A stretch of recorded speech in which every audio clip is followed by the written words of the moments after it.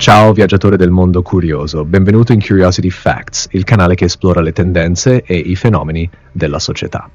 Cosa faresti se avessi paura di aprire gli occhi o se una anatra invisibile ti stesse osservando? Potrebbe sembrare assurdo, eppure ci sono persone che vivono ogni giorno con queste paure. Si chiamano fobie specifiche e possono essere debilitanti.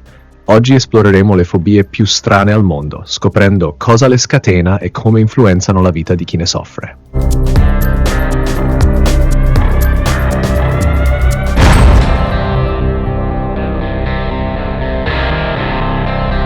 Tutti noi abbiamo paura di qualcosa. Alcune paure sono razionali, come quella dei predatori o delle altezze ereditate dall'evoluzione, ma altre sono completamente inspiegabili.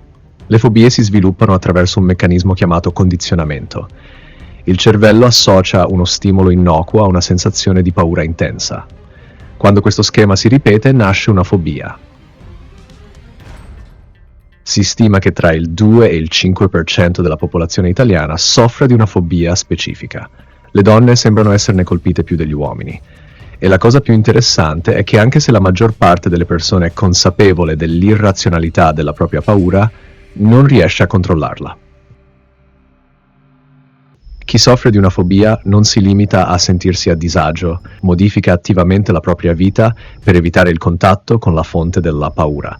I sintomi possono includere sudorazione, tachicardia, tremori e persino dolore al petto.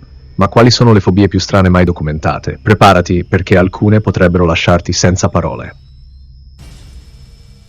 La prima sulla nostra lista è l'optofobia. Si tratta della paura irrazionale di aprire gli occhi.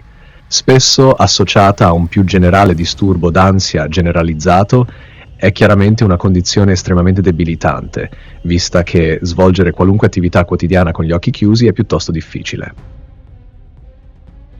Chi ne soffre passa di norma il tempo in casa, possibilmente in condizioni di scarsa luminosità.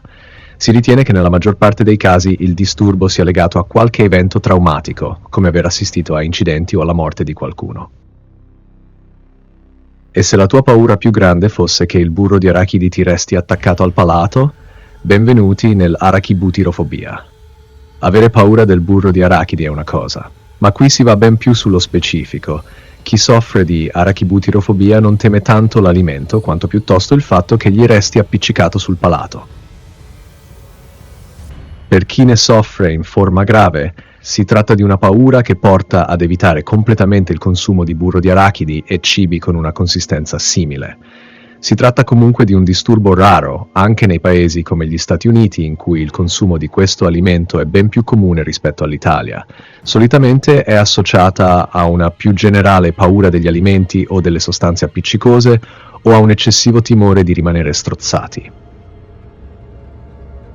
Passiamo all'omfalofobia, la paura degli ombelichi. Alcune persone non riescono nemmeno a guardare il proprio, figuriamoci toccarlo.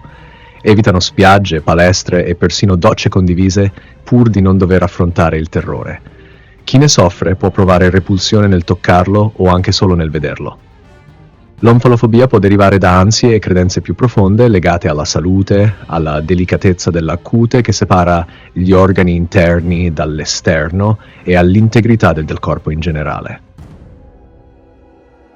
E se il tuo incubo peggiore fosse la tua famiglia? La singenesofobia è la paura irrazionale dei parenti e dei ritrovi familiari. La famiglia, comunemente considerata un porto sicuro, può talvolta diventare fonte di disagio e ansia. Per alcuni individui questa sensazione si trasforma in una vera e propria fobia. Questo disturbo meno noto, ma non per questo meno invalidante, può avere profonde radici psicologiche e sociali, con conseguenze significative sulla vita dell'individuo che ne soffre. La pulizia è essenziale per la salute, ma non per chi soffre di ablutofobia, la paura di lavarsi. Coloro che ne soffrono vivono con grande ansia e disagio l'idea di dover entrare in contatto con articoli relativi all'igiene. Questa condizione può portare a isolamento sociale e problemi igienici gravi. La persona affetta da ablutofobia sperimenta una paura di natura patologica e ingiustificata. Potrebbe sperimentarla in relazione all'idea di fare il bagno, la doccia o più in generale di entrare in contatto con qualsiasi forma di igiene personale, come lavarsi le mani, sciacquarsi il viso, eccetera.